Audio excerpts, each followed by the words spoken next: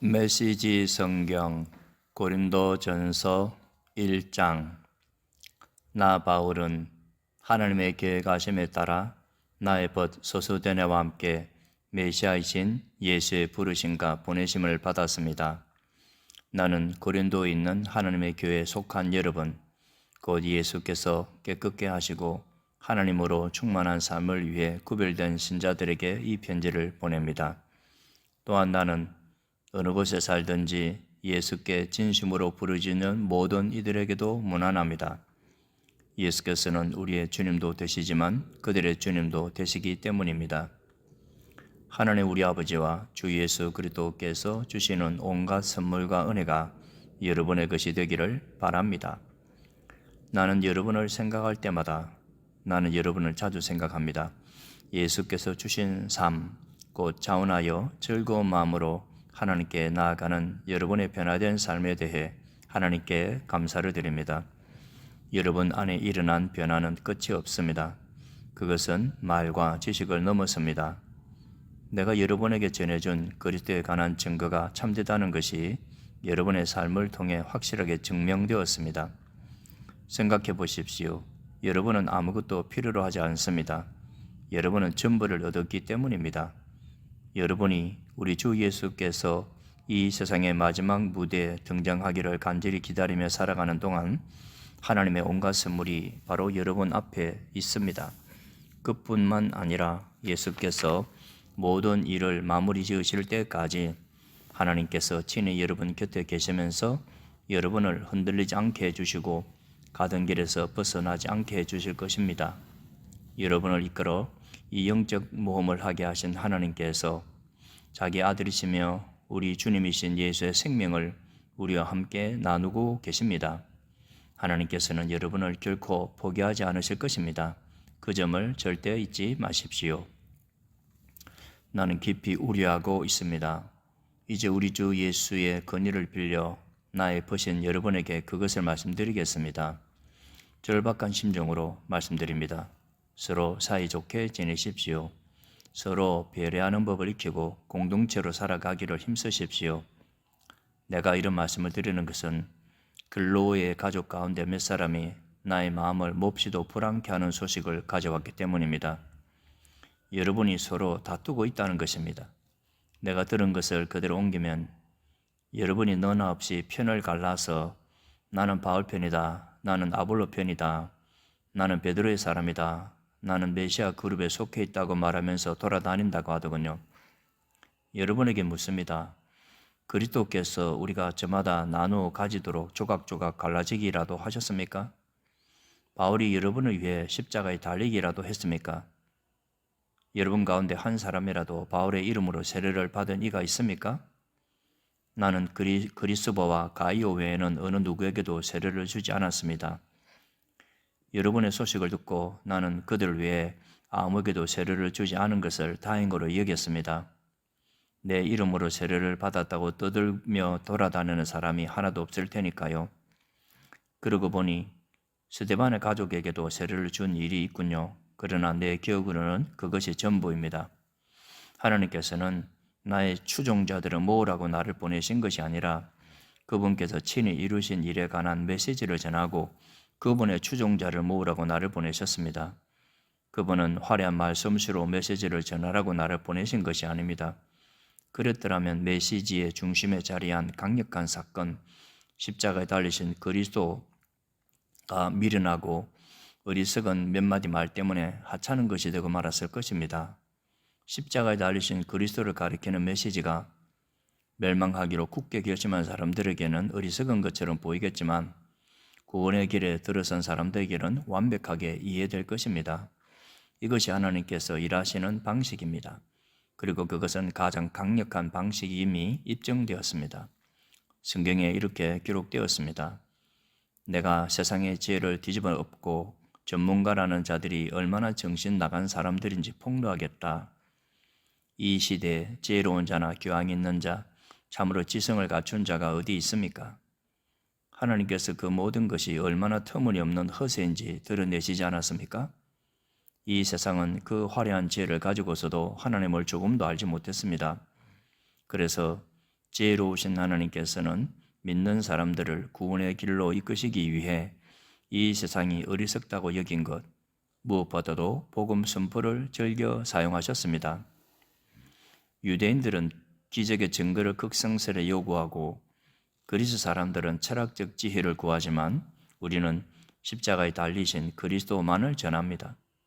유대인들은 그리스도께서 십자가에 달리신 것을 기적에 역행하는 것을 여기고 그리스 사람들은 그것을 어리석은 일로 무시해버립니다.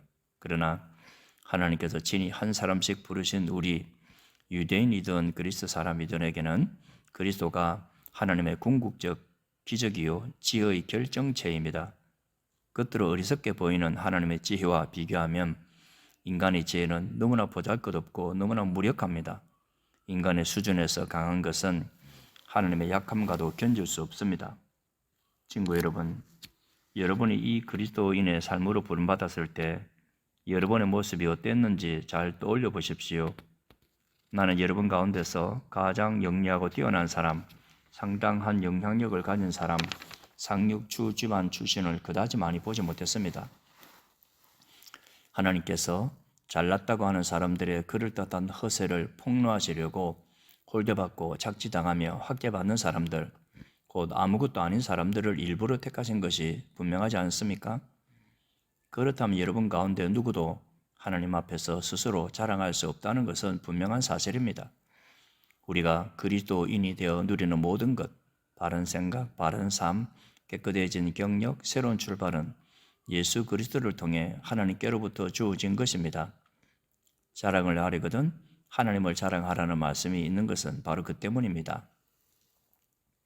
2장, 여러분도 기억하시겠지만 내가 처음으로 여러분에게 가서 하나님이 행하신 놀라운 일을 전할 때 나는 번지르르한 말이나 최신 철학으로 여러분을 감동시키려고 하지 않았습니다.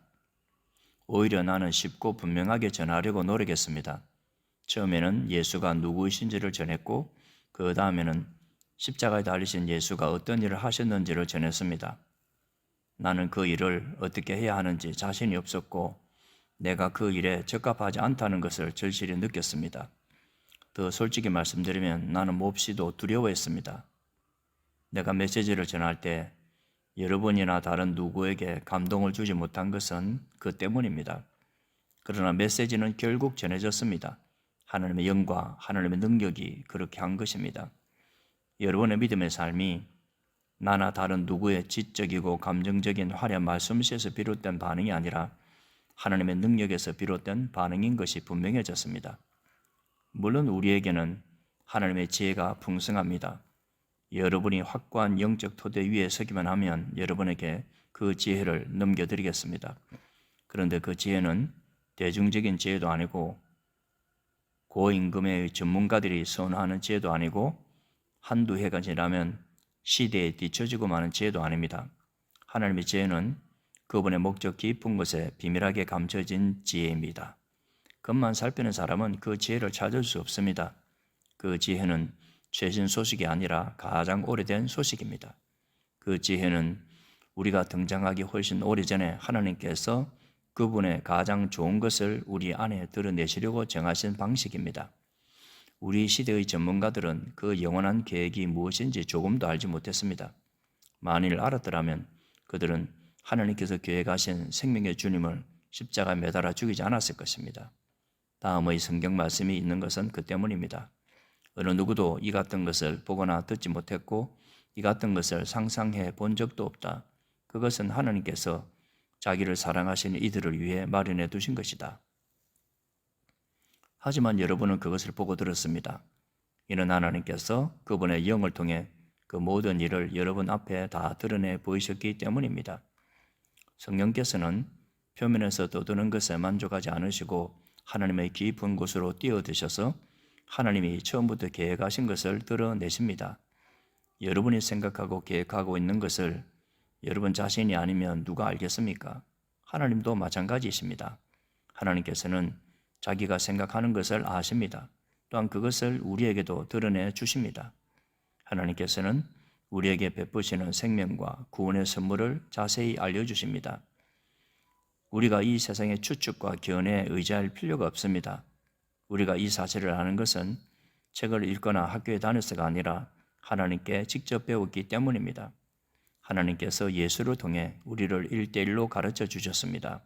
그와 같은 방식으로 우리도 그것을 여러분에게 직접 전합니다. 영에 속하지 않는 사람은 본질상 하나님의 영의 선물을 받을 수 없습니다. 그에게는 그럴 가능성이 없습니다. 그의 눈에는 그 선물들이 대단히 어리석은 것처럼 보이기 때문입니다. 영을 알 수 있는 통로는 영밖에 없습니다. 우리의 영과 하나님의 영은 막힘없이 서로 통합니다. 우리는 영적으로 살아 있어서 하나님의 영이 하고 계신 모든 일에 다가갈 수 있습니다. 우리는 영에 속하지 않은 사람들의 판단을 받지 않습니다.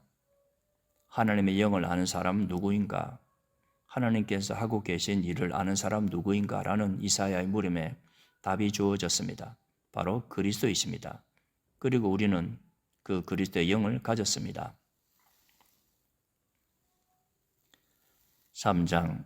그러나 친구 여러분, 지금 나는 여러분이 영에 속하지 않은 사람처럼 사람과 하나님께 행하는 것에 몹시 실망하고 있습니다. 여러분은 그리스도와 관련해서 젖 먹는 것 외에는 아무것도 할 수 없는 어린아이처럼 굴고 있습니다.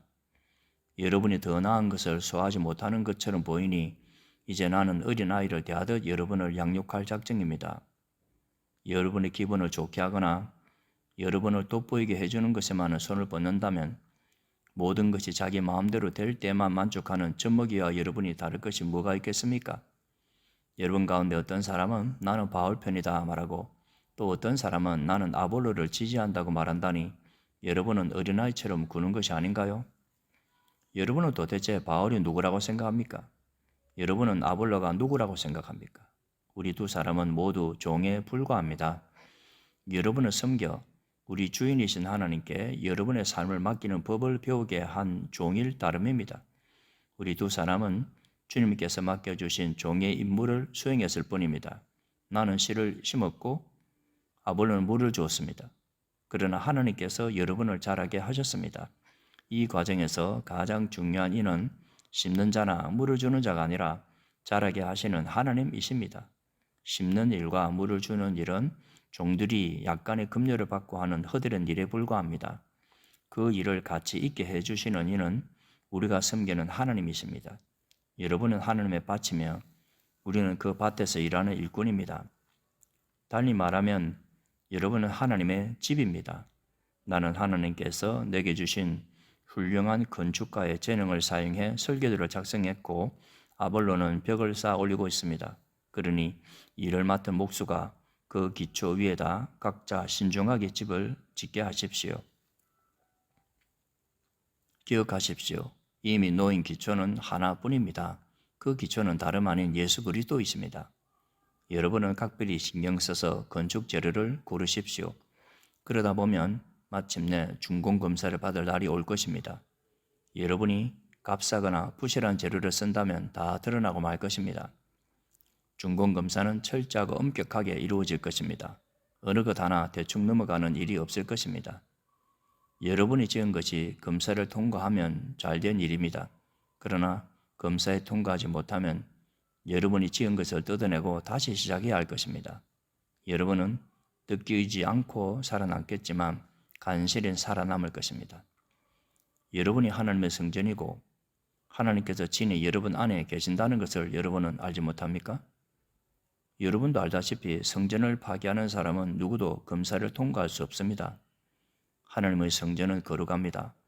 여러분이 그 성전임을 잊지 마십시오. 여러분 자신을 속이지 마십시오. 시대의 최신 유행을 따르는 것으로 지혜로운 사람이 될 수 있다고 생각하지 마십시오. 하나님의 바보가 되십시오. 그것만이 참된 지혜에 이르는 길입니다. 이 세상이 영리하다고 하는 것을 하나님은 어리석다고 하십니다. 성경에 이렇게 기록되었습니다. 그분은 똑똑한 자들의 얕은 꾀를 폭로하신다. 주님은 모든 것을 안다고 하는 자들의 연박을 꿰뚫어 보신다. 나는 여러분이 자기 자신을 자랑하거나 다른 누군가를 자랑하는 것을 조금도 듣고 싶지 않습니다. 이미 모든 것이 여러분에게 선물로 주어졌습니다. 바울, 아볼로, 베드로, 세상, 생명, 죽음, 현재, 미래, 이 모든 것이 여러분의 것입니다. 여러분은 하나님과 하나이신 그리스도와 하나가 되는 특권을 받았습니다. 4장. 여러분은 우리 지도자들을 무슨 대단한 사람이라도 되는 양 여기지 마십시오. 우리는 그리스도의 종이지 그분의 주인이 아닙니다. 우리는 하나님의 장엄한 비밀들로 여러분을 인도하는 안내자이지 그 비밀들을 보호하기 위해 배치된 경비원이 아닙니다. 좋은 안내인이 갖추어야 할 덕목은 믿음직스러움과 정확한 지식입니다. 여러분이 나를 어떻게 생각하든 사람들이 나를 어떻게 평가하든 그것이 내게는 조금도 중요하지 않습니다. 나는 내 자신을 평가하지 않습니다. 그러한 일로 비교하는 것은 무의미합니다. 나는 여러분의 좋은 안내자인이 되기에 어긋날 만한 일을 한 적이 없습니다. 그렇다고 내가 대단하다는 뜻은 아닙니다. 그런 판단을 내리시는 분은 주님이십니다. 그러니 주님을 앞지르지 말고 모든 증거가 명백히 드러나기 전에는 섣불리 결론을 내리지 마십시오. 주님이 오시면 그분께서 우리가 생각지 못했던 모든 것, 우리 마음속의 동기와 의도 그리고 기도를 환히 밝히시고 증거로 제시하실 것입니다. 그때야 우리는 저마다 잘했다 말씀하시는 하나님의 칭찬을 듣게 될 것입니다. 친구 여러분, 내가 지금까지 이 모든 말씀을 아볼로와 나에게 적용해서 설명한 것은 여러분이 조심하는 법을 배워서 모든 사실을 알기도 전에 성급하게 판단하는 일이 없게 하려는 것입니다. 하나님의 관점으로 사태를 보는 것이 중요합니다. 나는 여러분이 별것도 아닌 소문을 근거로 평판을 부풀리거나 깎아내리는 모습을 보고 싶지 않습니다. 여러분을 정말로 아는 사람, 여러분의 마음을 아는 사람이 누구입니까? 설령 그런 사람이 있다고 해도 그들이 여러분 안에서 발견해낸 것 가운데 여러분 자신의 공로로 삼을 만한 것이 무엇입니까? 여러분이 지니고 있는 것과 여러분의 현재 모습은 모두 하나님께로부터 온 순전한 선물이 아닙니까? 그러니 비교하고 경쟁하는 것이 무슨 소용이 있겠습니까? 여러분은 이미 필요한 모든 것을 가졌습니다. 여러분이 감당할 수 있는 것보다 더 많은 것을 하나님에게서 받고 있습니다. 여러분은 아볼로나 나를 제쳐둔 채 세상, 하나님이 지으신 세상 꼭대기에 앉아 있군요. 우리도 거기에서 여러분과 나란히 앉아봤으면 좋겠습니다.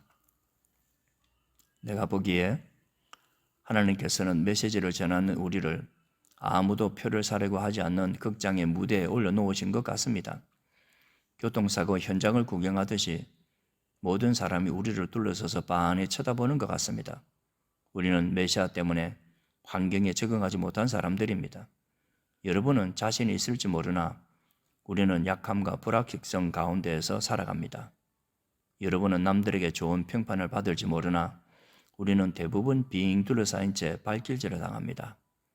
우리는 식사 시간도 넉넉지 않고 누더기 옷을 입고 문제막대를 당하고 어디에서든 허드된 일을 근근히 하여 생계를 꾸려갑니다.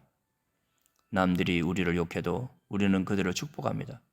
남들이 우리를 두고 터무니없는 말을 해도 우리는 그들에게 좋게 말합니다. 우리는 부엌에 버려진 감자 껍질처럼 이 문화로부터 쓰레기 취급을 받습니다. 앞으로도 그보다 더 나은 대접을 받지 못할 것입니다.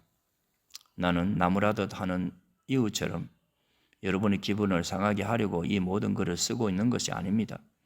나는 자녀인 여러분에게 아버지 자격으로 이 글을 쓰고 있습니다.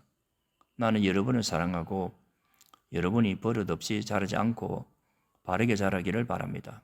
여러분 주위에는 여러분의 잘못을 서슴없이 말해주는 사람이 많을 것입니다. 그러나 시간과 수고를 아끼지 않고 여러분이 자라도록 돕는 아버지는 많지 않을 것입니다. 예수께서 내게 하나님의 메시지를 여러분에게 선포할 수 있게 해주셔서 나는 여러분의 아버지가 되었습니다. 여러분도 알다시피 나는 내가 직접 행하지 않은 것을 여러분에게 하라고 하지 않습니다. 그런 이유로 나는 먼저 디모데를 여러분에게 보냈습니다. 그는 나의 사랑하는 아들이며 주님께 신실한 사람입니다. 내가 그리스도의 방식과 관련해서 모든 교회에 늘 제시하는 가르침을 그가 여러분에게 새로이 기억나게 해줄 것입니다.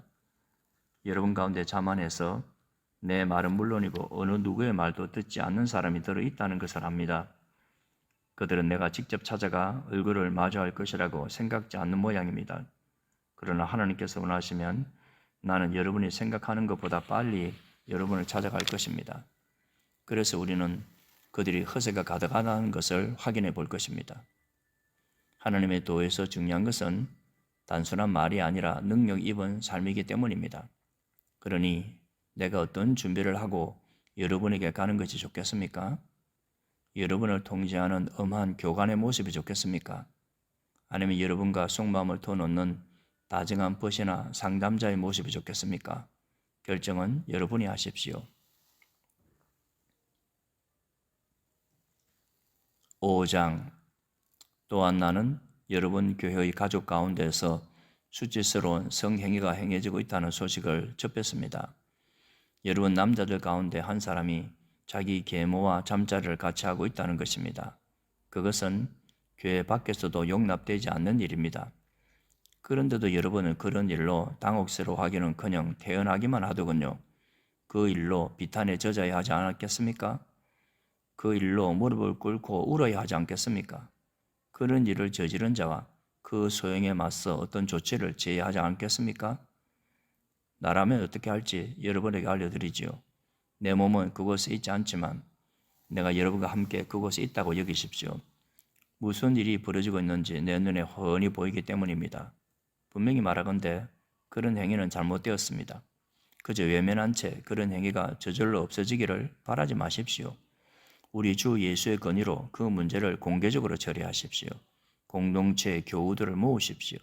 나는 영으로 여러분과 함께하고 우리 주 예수께서는 권능으로 임하실 것입니다. 그 사람의 행위를 공개적으로 조사하십시오. 그에게 자기 행위를 변호하게 하십시오. 그러나 변호하지 못하거든 그를 쫓아내십시오. 물론 그렇게 하는 것은 그에게 충격적이고 여러분에게는 당혹스러운 일일 것입니다. 그러나 그를 지옥에 떨어뜨리기보다 그가 충격을 받고 여러분이 당혹스러움을 겪는 것이 더 낫습니다. 여러분은 그가 다시 일어서서 심판날에 주님 앞에서 용서받기를 원할 것입니다. 여러분이 그런 일들을 겪으면서 보인 경망스럽고 무감각한 교만이 나를 괴롭게 합니다. 여러분은 작은 것으로 여기지만 그 교만은 아주 작은 것이 아닙니다. 누룩은 작은 것이지만 빵 가죽 전체를 아주 빨리 부풀어 오르게 합니다. 그러니 그 누룩을 제거하십시오. 우리의 참된 정체성은 한결같고 순수해야지 나쁜 성분 때문에 부풀려져서는 안 됩니다. 우리의 유월절 어린 양이신 메시아께서 이미 유월절 식사를 위해 희생되셨으므로 우리는 누룩을 넣지 않은 유월절 빵이 되었습니다. 그러니 우리는 악독이라는 누룩을 넣어 부풀어 오른 빵이 아니라 누룩을 넣지 않은 납작한 빵, 곧 단순하고 참되고 꾸밈 없는 빵으로 유월절에 참여해야 합니다. 나는 전에 보낸 편지에서 성관계가 문란한 사람들과 어울리지 말라고 했습니다. 내 말은 그 같은 짓을 하는 교회 밖의 사람들, 곧 육체 노동을 하거나 사무직에 종사하면서 사기를 치는 사람이나 영적인 사기꾼들과 전혀 상종하지 말라는 뜻이 아니었습니다. 그렇게 하려면 아예 이 세상을 떠나야 할 테니까요. 그러나 내가 지금 말하는 것은 그리스도인을 자처하는 어떤 친구가 불륜을 저지르거나 사기를 치거나 하나님께 건방지게 굴거나 친구들에게 무례하게 굴거나 술 취하거나 탐욕 섞거나 이기적인데도 여러분이 아무 일 없는 것처럼 행동해서는 안 된다는 것입니다. 여러분은 그런 사람과 어울려서도 안 되고 그런 행위를 용납해서도 안 됩니다. 나는 세상 사람들이 행하는 일에 대해서는 책임을 질 것이 없습니다. 그러나 믿는 사람들의 공동체 안에서 이루어진 일에 대해서는 책임을 져야 하지 않겠습니까? 교회 밖에 있는 사람들에게 판결을 내리시는 것은 하나님의 몫입니다. 그러나 우리의 형제 자매가 가던 길에서 벗어날 때 필요하다면 그들을 내쫓아 교회를 깨끗게 하는 것은 우리의 몫입니다. 6장. 그리고 여러분이 서로를 세상 법정으로 끌고 간다고 하는데 어떻게 그럴 수 있습니까? 여러분이 부당한 취급을 받았다고 생각하여 그리스도인의 가족인 교회 안에서 그 문제를 해결하지 않고 하나님의 방식을 전혀 모르는 세상 법정으로 앞장서 가다니 그것이 말이 됩니까? 이 세상이 예수를 따르는 성도들로 이루어진 법정 앞에 서게 될 날이 다가오고 있습니다. 장차 여러분이 이 세상 운명을 판결하게 되어 있다면 이처럼 사소한 일은 직접 판결하는 것이 바람직하지 않겠습니까? 우리는 장차 천사들까지 심판하게 될 테니 말입니다. 여러분이 이 일상적인 사건들을 판결하지 못할 이유가 무엇이겠습니까? 이처럼 불화와 부당한 일이 일어날 때 어째서 여러분은 다른 면에 있어서는 신뢰하지 않는 세상 사람들에게 그 일을 맡겨 판결을 받으려고 합니까? 내가 이토록 냉정하게 말하는 것은 여러분이 벌이고 있는 일이 얼마나 어리석은 것인지 일깨우려는 것입니다. 불화와 다툼이 일어날 때 여러분 가운데 그 일을 공정하게 판결할 만한 분별 있는 사람이 하나도 없다는 것이 가능한 일입니까? 믿을 수 없는 일입니다. 여러분이 하나님을 전혀 믿지 않는 사람들 앞으로 서로를 끌고 가다니요. 정의의 하나님을 믿지 않는 그들이 어찌 정의로운 판결을 내리겠습니까? 이런 법정 다툼은 여러분의 공동체에 흉한 오점이 되고 말 것입니다. 차라리 부당한 취급을 받더라도 그냥 받아들이고 잊어버리는 편이 더 낫지 않겠습니까? 지금 여러분이 벌이고 있는 일은 더 많은 부당 행위와 불의가 일어나도록 기름을 끼얹는 격입니다. 여러분의 영적 공동체에 속한 가족들에게 더 많은 상처를 안겨줄 뿐입니다. 여러분은 이것이 살 길이 아니라는 것을 알지 못합니까? 하나님께 마음을 두지 않은 불의한 자들은 그분의 나라에 들어가지 못할 것입니다.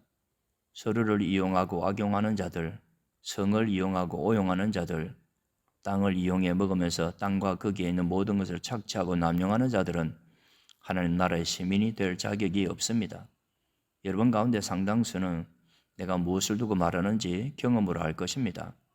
얼마 전까지만 해도 여러분이 그렇게 살았으니 말입니다. 그러나 그 이후로 여러분은 우리 주님이시며 메시아이신 예수와 우리 안에 계신 하나님, 곧 성령으로 말미암아 깨끗해졌고 새로운 출발을 하게 되었습니다. 법적으로 문제가 없다고 해서 영적으로 적합한 것은 아닙니다. 만일 내가 해도 된다고 생각하는 것을 무엇이나 하면서 돌아다녔다면 나는 변덕의 노예가 되고 말았을 것입니다. 처음에는 살기 위해 먹지만 나중에는 먹기 위해서 산다는 옛 격언을 아시지요? 어찌 보면 몸은 덧없는 것이라는 말이 타당한 것처럼 들립니다. 그렇다고 해서 여러분의 몸을 음식으로 가득 채우거나 여러분의 몸을 섹스에 내맡긴 것이 정당화되는 것은 아닙니다. 주님께서 몸으로 여러분을 영화롭게 하시니 여러분도 자신의 몸으로 그분을 영화롭게 하십시오. 하나님께서는 주님의 몸을 무덤에서 일으켜 영화롭게 하셨습니다. 그분은 똑같은 부활의 능력으로 여러분의 몸을 대하실 것입니다. 그때까지 여러분의 몸이 주님의 몸과 똑같이 존귀하게 지어졌음을 기억하십시오. 여러분은 주님의 몸을 매음굴로 끌고 갈 작정입니까? 나는 여러분이 그러지 않기를 바랍니다. 섹스에는 살갗과 살갗의 접촉 그 이상의 것이 있습니다. 섹스는 육체적 사실만큼이나 영적인 비밀이 있습니다. 이는 성경에 두 사람이 한 몸이 될 것이다 라고 기록된 것과 같습니다. 영적으로 주님과 하나가 되려거든 헌신과 친밀함이 없는 섹스, 우리를 전보다 더 외롭게 하는 섹스, 결코 한 몸이 될 수 없는 섹스를 추구하지 마십시오. 성적인 죄는 다른 모든 죄와는 의미가 다릅니다. 성적인 죄는 우리 몸의 거룩함을 더럽히는 죄입니다. 우리 몸은 하나님께서 주시고 하나님께서 의도하신 사랑을 위해 다른 사람과 한 몸이 되도록 지어졌습니다.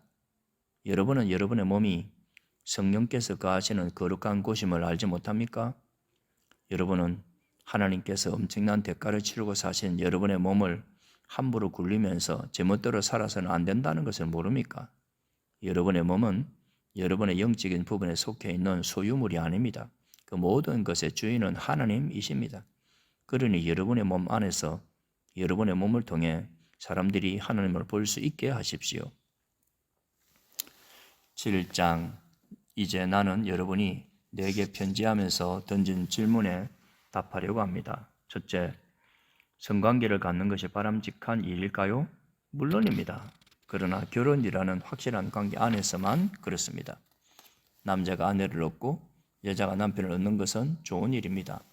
성적인 욕구가 강하다고 하지만 부부관계는 그 욕구를 다스릴 뿐 아니라 성적 무질서의 세상 속에서 균형 잡히고 만족스러운 성생활을 지켜줄 만큼 강합니다. 부부의 잠자리는 서로를 위한 자리가 되어야 합니다. 남편은 아내를 만족시키기 위해 힘쓰고 아내도 남편을 만족시키기 위해 힘써야 합니다. 부부관계는 자신의 권리를 주장하는 자리가 아닙니다. 부부관계는 침대 안에서든 침대 밖에서든 상대방을 섬기겠다는 결단입니다. 성관계의 절제는 부부가 기도나 금식에 전념하기 위해 서로가 동의하는 한에서만 일정 기간 허용될 수 있습니다. 그 기간에만 그렇게 해야 합니다. 정한 기간이 끝난 다음에는 다시 함께 하십시오. 여러분이 부부관계에 대한 기대를 접는 순간 사탄이 교묘하게 유혹하기 때문입니다. 나는 그 같은 절제 기간을 가지라고 명하는 것이 아닙니다. 다만 여러분이 그런 기간을 갖고자 할 때 필요한 최선의 조언을 제시하는 것뿐입니다. 가끔씩 나는 모든 사람이 나처럼 독신이기를 바랍니다. 그것이 여러 생활 방식 중에서 보다 단순한 생활 방식이기 때문입니다. 그러나 결혼 생활과 마찬가지로 독신 생활도 모든 사람에게 맞는 것은 아닙니다. 하나님께서 어떤 사람에게는 독신 생활을 선물로 주시고 어떤 사람에게는 결혼 생활을 선물로 주십니다. 하지만 결혼하지 않은 사람과 가부들에게 말합니다. 내가 그랬던 것처럼 홀로 지내는 것이 가장 좋을 것입니다. 그러나 욕구와 감정을 다스리지 못하겠거든 어서 결혼하는 것이 좋습니다. 결혼 생활이 수고롭기는 해도 홀로 살면서 정욕에 시달리는 것보다 낫습니다. 이미 결혼한 사람들은 결혼 생활을 유지하십시오. 이것은 나의 명령이 아니라 주님의 명령입니다. 남편과 헤어진 여자는 홀로 지내든가 아니면 돌아가서 남편과 화해하는 것이 좋습니다. 남편도 아내를 버릴 권리는 없습니다. 여러분 중에는 믿지 않는 사람, 그리스도인이 아닌 사람과 결혼한 이들이 있는데 주님은 그들에게 이렇다 할 명령을 주지 않으셨습니다. 그러니 이렇게 하십시오. 믿는 남자에게 믿지 않는 아내가 있고 그 아내가 남편과 같이 살기를 원한다면 그녀와 함께 사십시오. 믿는 여자에게 믿지 않는 남편이 있고 그 남편이 아내와 같이 살기를 원한다면 그와 함께 사십시오. 믿지 않는 남편은 자기 아내의 거룩함을 어느 정도 나누어 갖게 되며 믿지 않는 아내도 자기 남편의 거룩함에 어느 정도 영향을 받기 마련입니다. 그렇지 않으면 그녀의 자녀는 버림받은 상태가 되고 말 것입니다. 그 자녀들도 하나님의 영적인 목적에 포함되어 있습니다. 그러나 믿지 않는 배우자가 떠나가려고 하면 떠나가게 내버려 두는 것이 좋습니다. 필사적으로 붙잡을 필요가 없습니다. 하나님께서 우리를 부르신 것은 할 수 있는 한 평화롭게 살고 최선을 다해 살게 하려는 것입니다. 아내 여러분, 여러분이 이같이 함으로써 남편을 여러분과 하나님께로 돌아오게 하려는지도 모릅니다.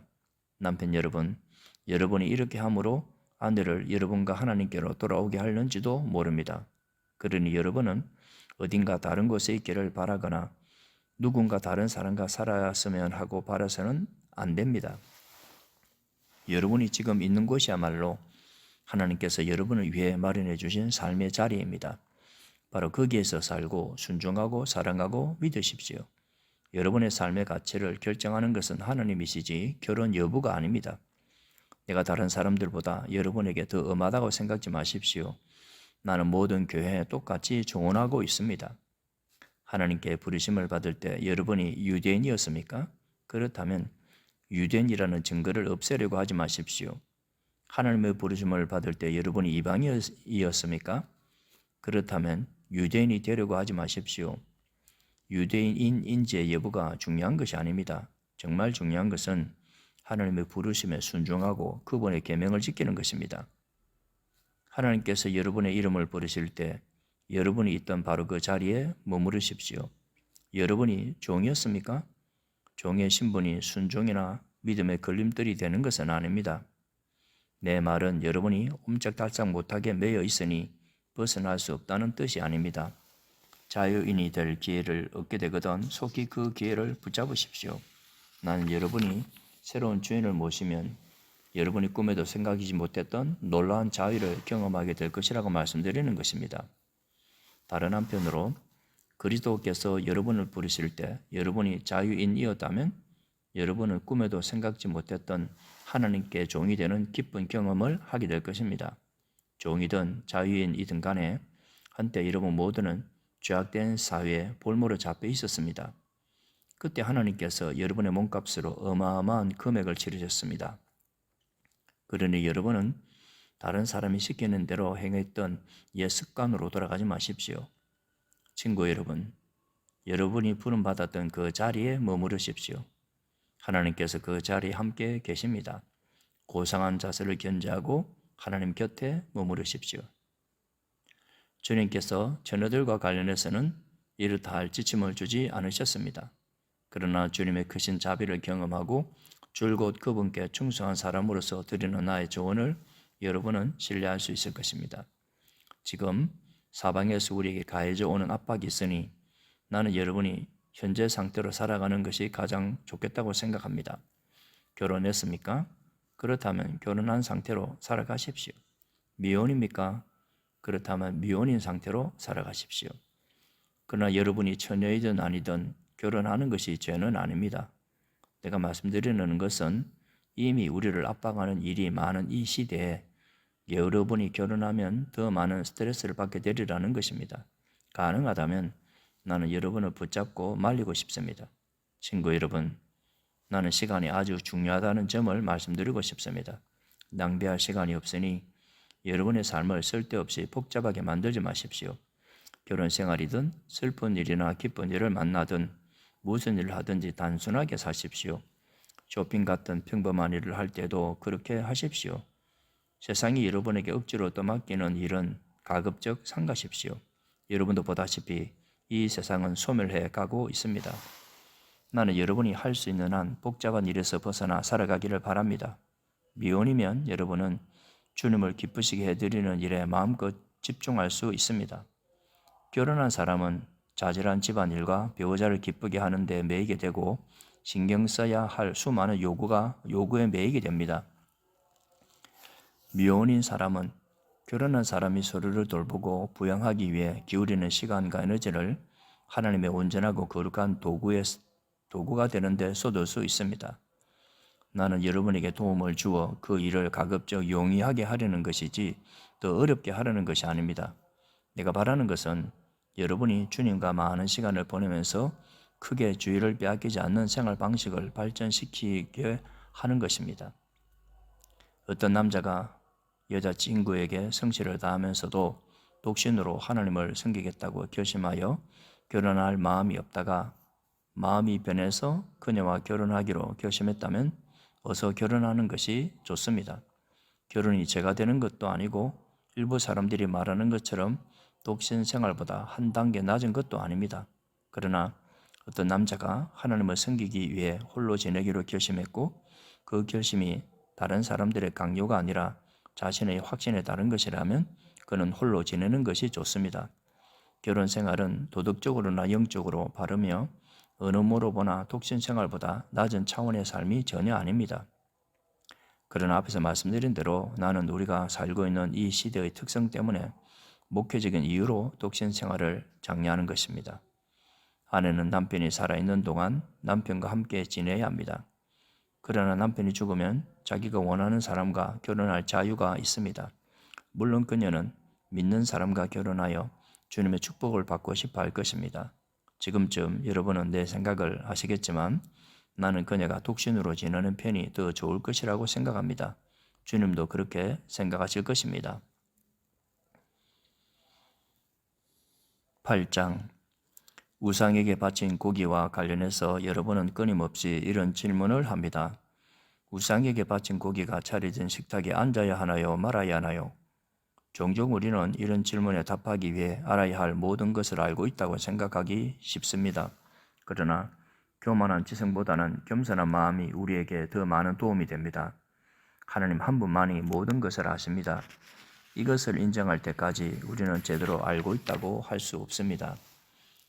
어떤 사람들은 우상이라는 것은 전혀 실체가 없는 것이고 아무것도 아니며 우리 하나님 한 분밖에는 다른 신이 없다고 아주 정확하게 말합니다.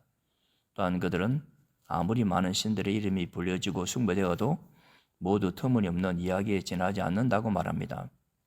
아버지 하나님 한 분만이 계실 뿐이며 만물이 그분에게서 났고 그분은 우리가 그분을 위해 살아가기를 바라신다고 아주 정확하게 말합니다. 그리고 오직 한 분 주님 메시아 예수만이 계시고 만물이 그분을 위해 존재하며 우리도 그분을 위해 존재한다고 말합니다. 옳은 말입니다. 엄밀하게 따지자면 우상에 바친 고기에는 아무 일도 일어나지 않습니다. 그것은 여느 고기와 똑같습니다. 이것은 나도 알고 여러분도 아는 사실입니다. 그러나 아는 것이 전부가 아닙니다. 아는 것이 전부가 되어버리면 몇몇 사람은 다 아는 자로 자처하며 다른 사람을 아무것도 알지 못하는 자로 여기게 될 것입니다. 참된 알은 그렇게 무신경한 것이 아닙니다. 이와 관련해서 우리는 모든 사람의 이해 수준이 똑같지 않다는 것을 알아야 합니다.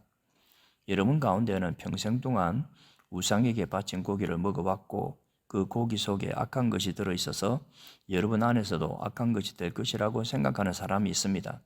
그런 조건 아래서 형성된 상상력과 양심이라면 하룻밤 사이에 갑자기 바뀌지는 않을 것입니다. 그러나 다행히도 하나님께서는 먹는 음식으로 우리의 등급을 매기지 않으십니다.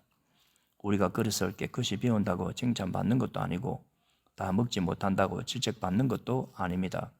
그러나 하나님께서는 여러분이 자신의 자유를 부주의하게 행사한 나머지 아직 과거의 틀과 생각에서 자유롭지 못한 동료 신자들을 길에서 벗어나게 할까봐 마음을 쓰십니다.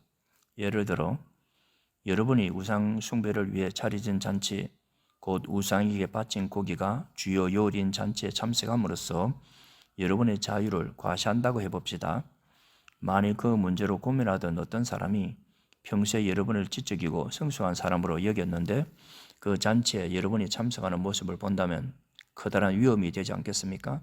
그는 대단히 혼란스러워할 것입니다. 어쩌면 그는 자기 양심이 하는 말이 틀렸다고 생각하며 불안해할지도 모릅니다. 그리스도께서는 그 사람을 위해서도 자기 목숨을 내어주셨습니다.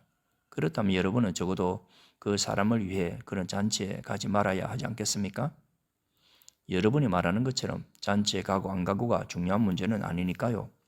그러나 여러분이 잔치에 간 것이 여러분의 동료에게 심각한 상처를 주고 그를 영원히 망하게 한다면 그것은 큰 문제가 아닐 수 없습니다.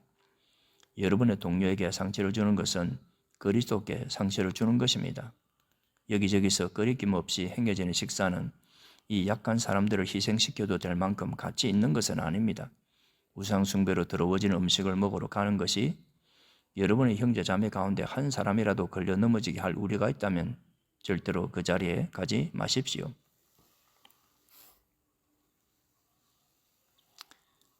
8장 나에게 이런 글을 쓸 권한이 없다고 말하지 마십시오. 나에게는 분명 이렇게 할 자유가 있습니다. 그렇지 않습니까? 내가 수행할 직무를 받지 못했다는 말입니까? 내가 우리 주 예수를 대면하여 이 일을 위임받지 않았다는 말입니까? 내가 주님을 위해 행한 선한 일의 증거가 여러분이지 않습니까? 다른 사람은 내가 위임받은 고난을 인정하지 않더라도 여러분은 그럴 수 없습니다. 여러분과 함께한 나의 일이 내 고난의 생생한 증거이기 때문입니다. 나를 비판한 사람들에게 나는 꺼리낌 없이 항변합니다. 하나님을 위해 선교사로 임명받은 우리에게는 그에 걸맞은 편의를 도모할 권리가 있습니다. 우리에게는 우리와 가족을 위해 후원받을 권리가 있습니다. 여러분은 이 문제와 관련해서 다른 사도들과 우리 주님의 형제들과 베드로에게는 이의를 제기하지 않는 것 같습니다. 그런데 나에게는 어째서 이의를 제기합니까? 바나바와 나만은 혼자 힘으로 생계를 유지해야 한다는 말입니까? 군인이 자기 힘으로 생계를 유지하며 군복무를 합니까? 정원사가 자기 정원에서 나온 채소를 먹어서는 안 되는 것입니까? 우유 짜는 사람이 통에 담긴 우유를 마시지 말아야 한다는 말입니까? 나는 화가 나서 언성을 높이는 것이 아닙니다. 이것은 성경의 율법에도 기록되어 있습니다. 모세는 타작일을 하는 소의 입에 망을 씌워 나다를 먹지 못하게 해서는 안 된다고 했습니다. 농장의 동물들을 돌보는 것이 모세의 1차적인 관심사였다고 생각합니까? 여러분은 그의 관심이 우리에게도 미치고 있다고 생각지 않습니까? 당연히 모세의 관심은 우리에게도 미칩니다. 농부가 밭을 갈고 다져가는 것은 추수할 때 기대하는 것이 있기 때문입니다. 여러분 가운데 영적인 씨를 뿌린 우리가 여러분에게 한두 끼 식사를 기대한다고 해서 그것이 지나친 일이겠습니까? 다른 사람들은 여러분에게 그런 식으로 많은 것을 요구하더군요. 그렇다면 이제라도 한 번도 요구한 적이 없는 우리는 그럴 권리가 더 있지 않겠습니까? 우리는 정당하게 요구할 권리를 줄곧 가지고 있었지만 그렇다고 그 권리를 행사할 마음은 없습니다. 우리는 그리스도의 메시지에 방해가 되거나 그 가치를 떨어뜨리기보다는 차라리 무슨 일이든 참기로 결심했습니다. 다만 나는 여러분이 우리의 결심을 이용해 다른 사람들을 속이고 그들의 정당한 몫을 가로채지는 않을까 염려할 따름입니다. 여러분도 알다시피 성전에서 일하는 사람은 성전 수입으로 살고 제단에서 제사를 드리는 사람은 제물로 바쳐진 것을 먹지 않습니까? 주님께서도 같은 취지로 말씀하셨습니다. 메시지를 전하는 사람은 그 메시지를 믿는 사람들의 후원을 받아야 한다고 말입니다. 그러나 나는 내 자신을 위해 이 권리를 행사한 적이 없으며 이렇게 편지하는 것도 무엇을 얻으려는 것이 아님을 분명히 하고자 합니다. 나는 누군가에게 나를 불신하거나 나의 동기를 의심할 만한 빌미를 주느니 차라리 죽는 편을 택하겠습니다. 내가 메시지를 선포하는 것은 그것으로 나의 이익을 취하기 위해서가 아닙니다. 나는 메시지를 전하지 않을 수 없습니다. 만일 내가 메시지를 전하지 않으면 나는 파멸하고 말 것입니다. 메시지를 전하여 생계를 꾸리는 것이 내 생각이었다면 나는 약간의 급이라도 기대했을 것입니다. 그러나 메시지를 전하는 것은 내 생각이 아니라 내게 엄숙하게 맡겨진 사명입니다. 그러니 내가 어찌 급여를 기대할 수 있겠습니까? 그렇다면 내가 메시지를 전하여 얻는 것이 있을까요? 사실을 말씀드리면 얻는 것이 있습니다. 여러분에게 값없이 메시지를 전하는 즐거움이 그것입니다. 그러니 여러분은 나의 경비를 지불하지 않아도 됩니다. 나는 어느 누구의 요구나 기대에 매이지 않는 자유인이지만 다양한 부류의 사람들에게 다가가려고 자발적으로 모든 사람들, 종교인들, 비종교인들, 매우 신중한 도덕가들, 자유분방하게 사는 부도덕한 사람들, 실패한 자들, 타락한 자들의 종이 되었습니다. 나는 그들의 생활 방식을 받아들이지는 않았습니다. 나는 그리스도 안에 내 뜻을 두었지만 그들의 세계로 들어가서 그들의 관점으로 경험하고자 했습니다. 나는 모든 모양의 종이 되어 만나는 사람들을 하나님께 구원받은 삶으로 인도하고자 애썼습니다. 내가 이 모든 것을 한 이유는 메시지 때문이었습니다. 나는 메시지를 두고 이러쿵저러쿵 논하기보다 다만 메시지에 참여하고 싶었을 따름입니다. 여러분은 경기장에서 육상 선수들이 달리는 모습을 보았을 것입니다. 모든 선수가 달리지만 상을 받는 선수는 한 명뿐입니다. 여러분도 상을 받을 수 있도록 달려가십시오. 훌륭한 육상 선수는 너나 없이 열심히 훈련합니다. 그들은 녹수로 없어질 금메달을 따르고 훈련하지만 여러분은 영원한 금메달을 따르고 훈련하는 것입니다. 여러분은 어떤지 모르겠으나 나는 결승선에 닿으려고 열심히 달리고 있습니다. 나는 내가 가진 모든 것을 그 일에 쏟고 있습니다. 되는 대로 사는 것은 나에게 있을 수 없는 일입니다. 나는 정신을 바짝 차리고 최상의 상태를 유지하고 있습니다.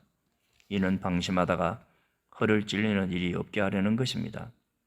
다른 모든 사람에게 메시지를 전하고 나서 정작 나 자신은 버림받는 일이 없게 하려는 것입니다. 10장. 친구 여러분, 우리의 역사를 떠올려 경계를 삼기 바랍니다. 우리 조상들은 모두 하나님의 섭리로 구름의 인도를 받았고 기적적으로 바다를 건넜습니다. 모세가 그들을 종의 상태에서 구원으로, 죽음에서 생명으로 이끌 때 그들은 우리가 세례를 받듯이 물속을 지났습니다. 그들은 모두 같은 음식을 먹고 같은 음료를 마셨습니다. 그것은 하나님께서 날마다 공급해 주신 식사였습니다. 그들은 바위 틈에서 솟아나는 물을 마셨습니다. 하나님께서 그들을 위해 마련하신 바위에서 솟아난 물은 그들이 있는 곳이면 어디에서나 그들과 함께 머물렀습니다. 그 바위는 다름 아닌 그리스도였습니다. 그러나 하나님의 기적과 은혜를 경험한 것이 그들에게는 큰 의미가 없었던 것 같습니다. 광야에서 어려운 시기를 보내는 동안 그들 대다수가 유혹에 무너지고 말았으니까요. 결국 하나님께서도 그들을 기뻐하지 않으셨습니다. 똑같은 일이 우리에게도 일어날 수 있습니다. 그러니 우리는 그들처럼 자기 마음대로 하려고 하다가 허를 찔리는 일이 없도록 조심하지 않으면 안 됩니다. 백성이 먼저 파티를 벌이고 그런 다음 춤을 췄다고 했지만 우리는 그들처럼 우리의 신앙을 떠들썩한 쇼로 변질시켜서는 안 됩니다. 성적으로 물러내서도 안 됩니다. 잊지 마십시오. 그들은 성적으로 문란하게 살다가 하루에 23,000명이나 죽었습니다. 우리가 그리스도를 섬겨야지 그리스도께서 우리를 섬기게 해서는 안 됩니다. 그런데도 그들은 그렇게 했고 결국 하나님께서는 독뱀을 풀어놓으셨습니다. 우리는 불평하지 않도록 조심해야 합니다. 그들은 불평하다가 멸망했습니다. 이 모든 것은 위험을 알리는 경고 표지입니다. 이 모든 것이 우리의 역사책에 기록된 것은 우리로 하여금 그들의 실수를 되풀이하지 않게 하려는 것입니다. 우리의 처지가 그들과 유사합니다. 그들이 처음이라면 우리는 나중이라고 할 수 있습니다. 우리도 그들처럼 실패할 수 있습니다.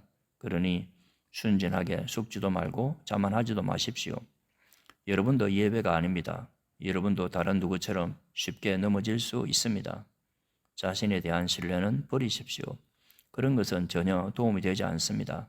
오히려 하나님께 대한 신뢰를 기르십시오. 여러분의 앞길에 닥치는 시험과 유혹은 다른 사람들이 직면해야 했던 시험과 다르지 않습니다. 다만 여러분이 기억해야 할 것은 하나님께서 여러분을 포기하지 않으시고 여러분이 한계 이상으로 내밀리지 않게 하시며 그 시험을 이기도록 언제나 곁에 계시며 도우신다는 사실입니다.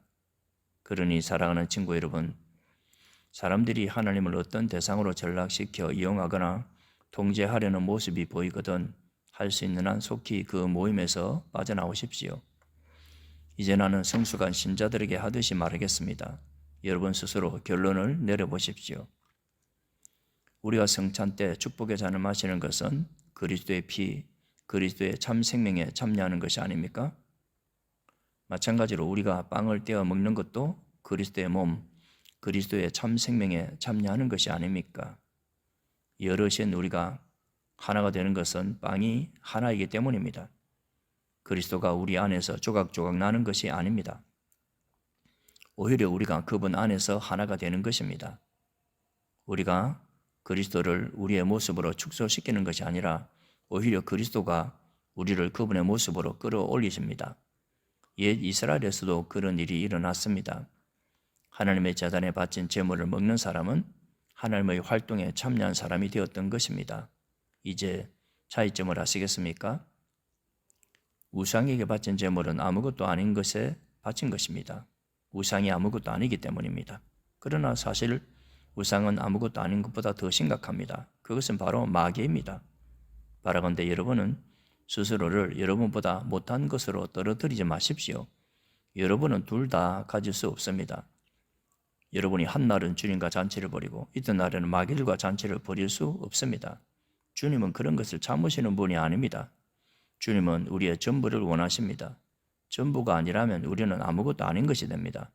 그런데도 여러분은 여러분보다 더 못한 것과 어울리시겠습니까? 여러분은 한 면만 보고 이렇게 말할지도 모르겠습니다. 뭐든지 괜찮아. 하나님은 한없이 감대하시고 은혜로우시잖아. 그러니까 우리가 무슨 일을 할 때마다 그것이 그분의 기준을 통과할지 일일이 따져보거나 조사하지 않아도 돼 라고 말입니다. 그러나 무사히 잘 빠져나가는 것이 핵심이 아닙니다. 우리가 제대로 살아야만 하겠지만 무엇보다 우리가 노력을 기울여야 할 것은 다른 사람들이 제대로 살도록 돕는 일입니다. 이것을 행동의 근거로 삼으면 나머지는 상식선에서 해결됩니다. 예를 들어 정육점에서 판매하는 것은 무엇이든 먹어도 됩니다.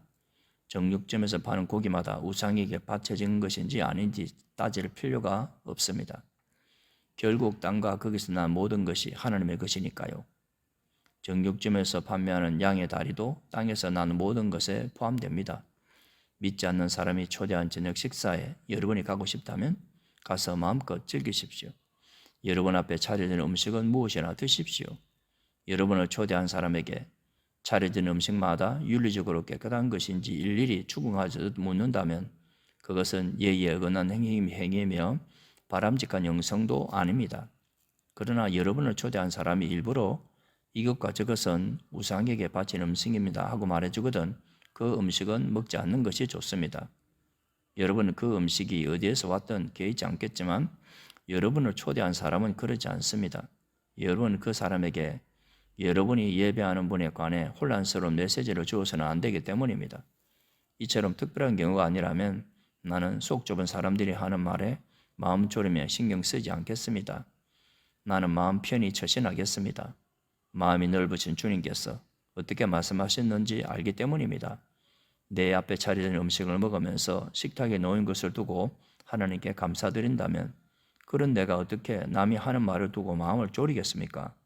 내가 그 음식에 대해 하나님께 감사드렸고 하나님께서 그 음식을 축복해 주셨는데 말입니다. 그러니 남들이 여러분을 두고 뭐라고 말하든지 신경 쓰지 말고 마음껏 드십시오.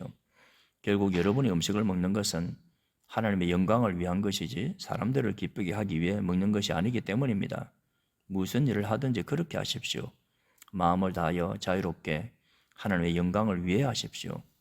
그러나 여러분의 자유를 지각 없이 행사하지는 마십시오. 여러분만큼 자유롭지 못한 사람들의 감정을 상하게 하지 마십시오. 나는 이 모든 문제에서 모든 사람의 기분을 헤아리려고 최선을 다하고 있습니다. 여러분도 그렇게 하기를 바랍니다.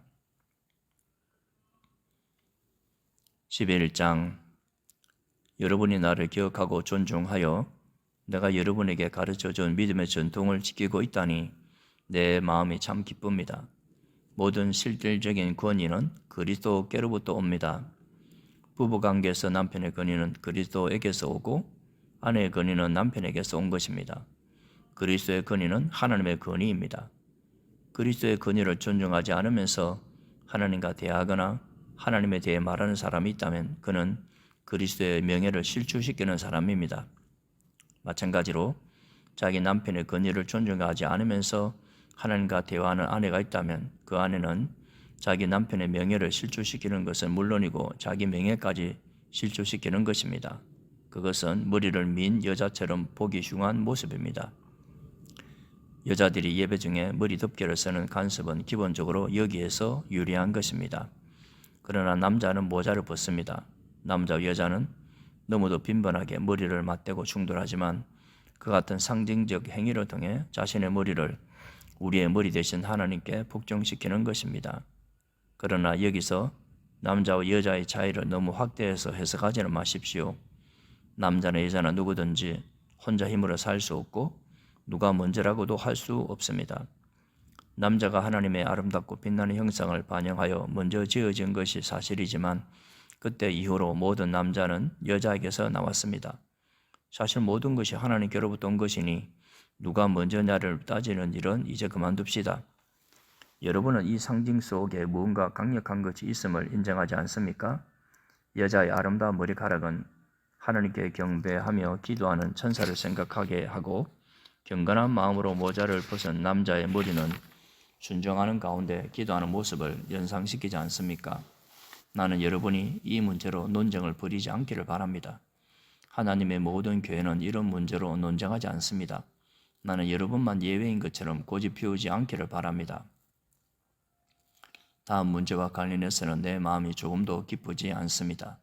여러분이 함께 모일 때 여러분의 가장 좋은 모습이 아니라 가장 나쁜 모습이 드러나는 것으로 알고 있습니다. 첫째, 여러분이 서로 갈라져 다투고 비난한다는 소식이 들려옵니다. 믿고 싶지 않지만 그것이 사실이군요. 그 문제에 대해 내가 할 수 있는 최선의 답변은 조사 과정에서 진실이 드러나고 가려지리라는 것입니다. 또한 여러분은 예배를 드리러 와서도 서로 갈라진 채 있다고 하더군요. 한자리에 모여서 주님의 만찬을 나누기는커녕 오히려 밖에서 많은 음식을 가져와 돼지처럼 먹는다고 하더군요. 그래서 어떤 사람은 따돌림을 당해 아무것도 먹지 못한 채 집으로 들어가고 어떤 사람은 걷지 못할 정도로 술에 취해서 실려가기까지 한다는군요. 믿을 수가 없습니다. 여러분에게 먹고 마실 집이 없습니까? 여러분이 창피한 줄도 모르고 하나님의 교회를 못 오가다니 어찌된 일입니까? 여러분이 하나님의 가난한 사람을 모욕하다니 어찌된 일입니까? 나는 여러분이 창피한 줄도 모른 채 그런 짓을 하리라고는 믿고 싶지 않습니다. 이제 나는 말없이 두고 보지 않겠습니다. 주님의 만찬이 어떤 의미가 있고 그것이 왜 그토록 중요한지는 다시 한번 정확히 말씀드리겠습니다. 이 가르침은 내가 주님께 직접 받아 여러분에게 전한 것입니다. 주 예수께서 배반당하시던 날 밤에 빵을 들어 감사하신 후에 떼어주시며 이렇게 말씀하셨습니다. 이것은 너희를 위해 찢는 내 몸이다. 이것을 행하여 나를 기억하여라. 저녁 식사 후에 잔을 들어 감사하시며 이렇게 말씀하셨습니다. 이 잔은 나의 피 너희와 맺는 새 언약이다. 너희는 이 잔을 마실 때마다 나를 기억하여라. 여러분은 이것을 알아야 합니다.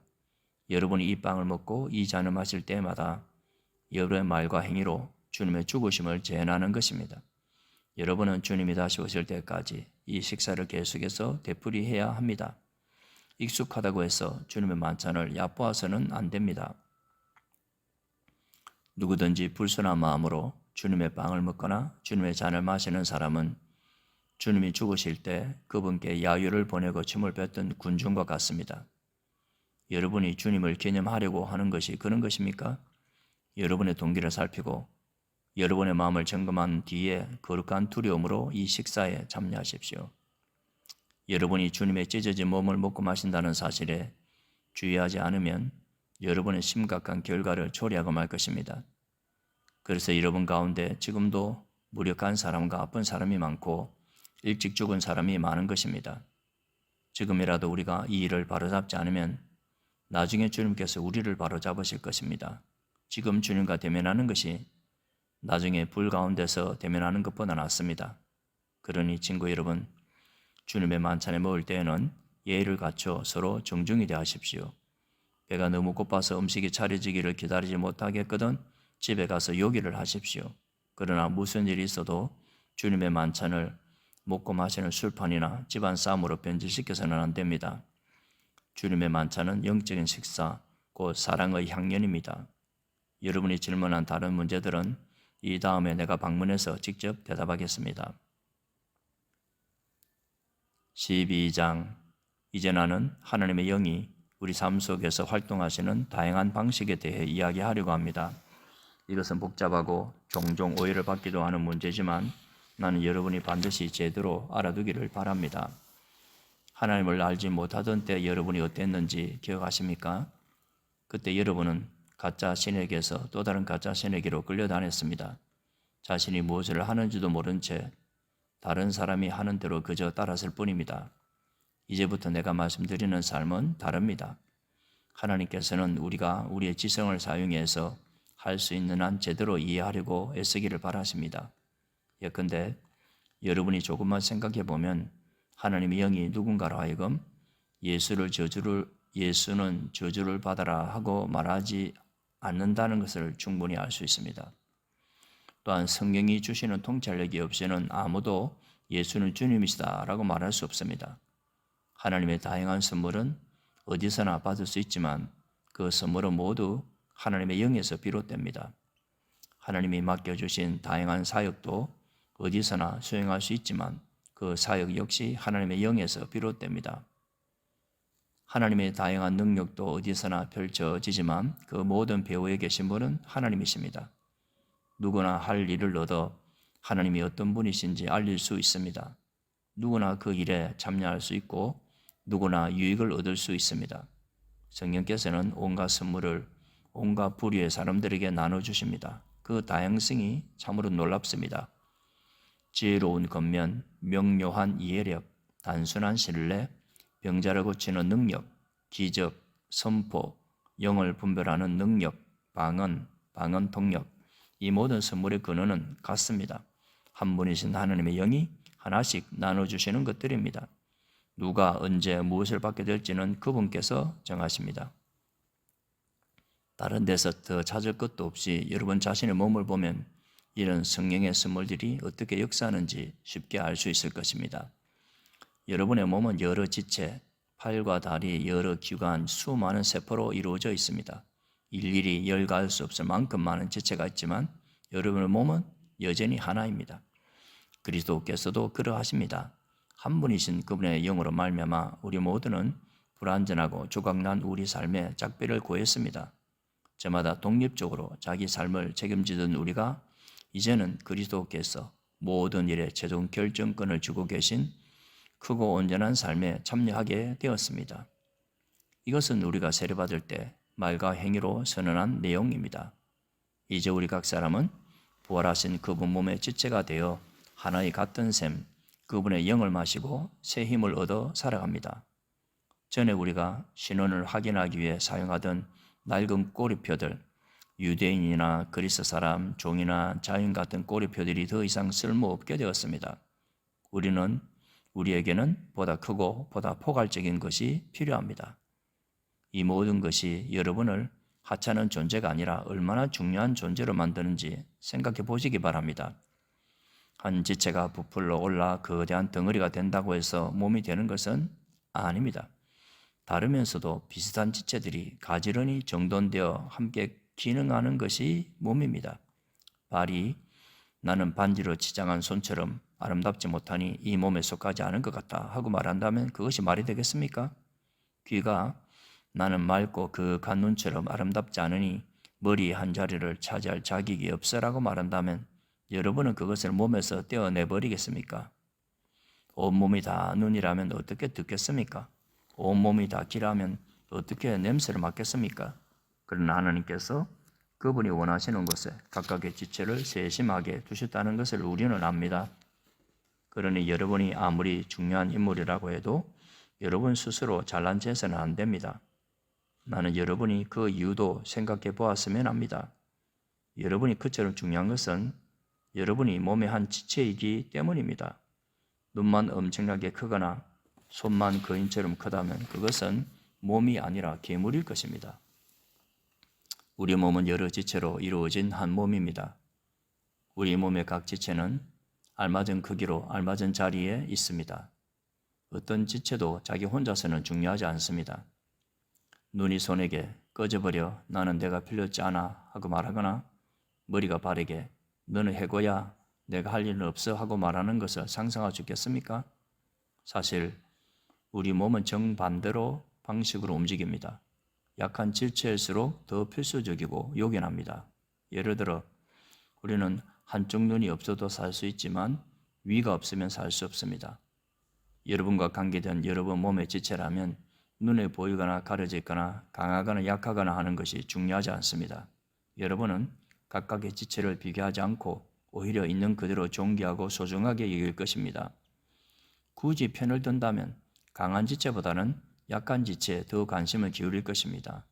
윤기나는 머리카락과 튼튼한 위장 중에서 하나를 택하라면 여러분은 튼튼한 위장을 택하지 않겠습니까? 하나님께서 우리 몸을 설계하신 방식이야말로 우리가 교회를 이루어 함께 살아가는 삶을 이해하는 적절한 모형입니다. 우리가 언급한 지체이든 그렇지 않은 지체이든 눈에 보이는 지체이든 그렇지 않은 지체이든지 간에 각각의 지체는 저마다 다른 지체를 의지합니다. 한 지체가 아프면 다른 모든 지체도 그 지체의 아픔과 치료에 동참합니다. 한 지체가 잘 되면 다른 모든 지체도 그 지체의 풍성함을 누립니다. 여러분은 그리스도의 몸입니다. 그것이 여러분의 참모습입니다. 여러분은 이것을 잊어서는 안 됩니다.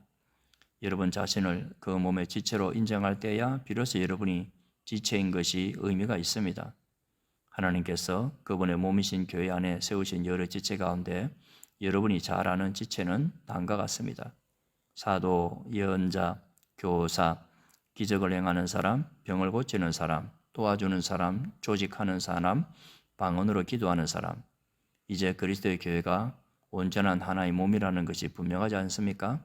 한 지체만 비정상적으로 커진 것은 그리스도의 교회가 아닙니다. 사도만 있는 교회, 예언자만 있는 교회, 기적을 행하는 사람만 있는 교회, 병 고치는 사람만 있는 교회, 방언으로 기도하는 사람만 있는 교회, 방언을 통역하는 사람만 있는 교회, 그런 교회는 그리스도의 교회가 아닙니다. 그런데도 여러분 가운데 몇몇 사람은 이른바 중요한 지체가 되겠다고 계속 경쟁하더군요. 그러나 나는 이제 여러분에게 훨씬 나은 길을 제시하려고 합니다.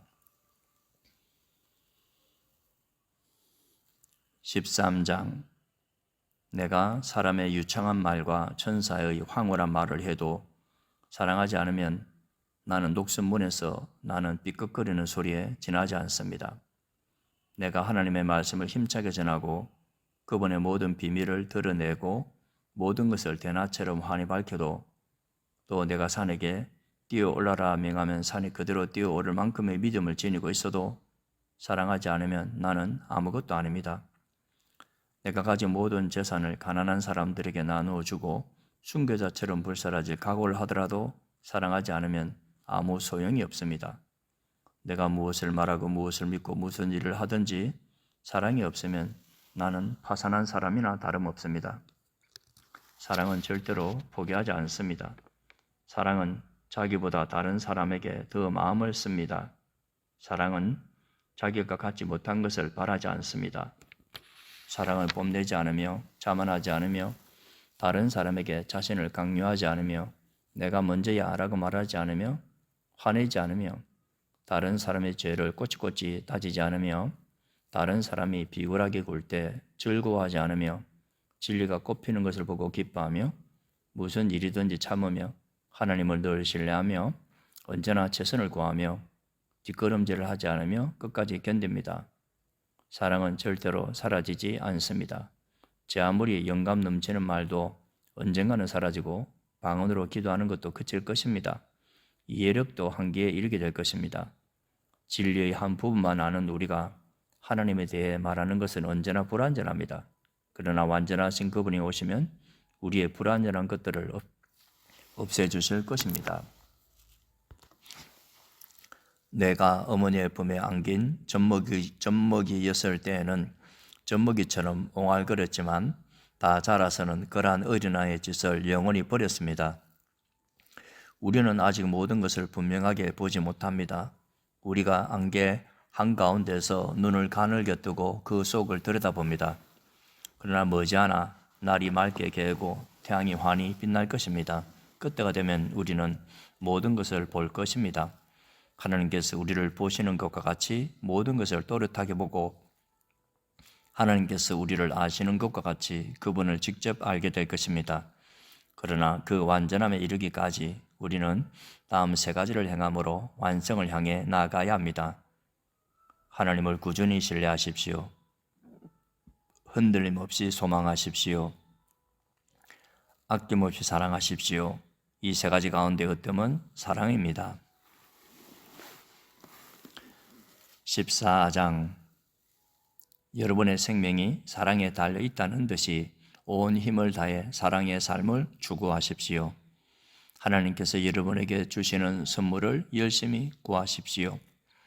무엇보다도 하나님의 진리를 힘써 선포하십시오. 여러분이 자기만 아는 방언으로 하나님을 찬양하면 하나님은 알아들으시지만 다른 사람들은 알아듣지 못합니다. 여러분이 하나님과만 사귐을 갖고 있기 때문입니다. 그러나 여러분이 일상의 언어로 하나님의 진리를 선포하면 여러분은 다른 사람들도 그 진리에 참여하도록 한 것입니다. 그러면 그들도 자라고 튼튼해져서 여러분과 함께 그분의 임재를 경험하게 될 것입니다.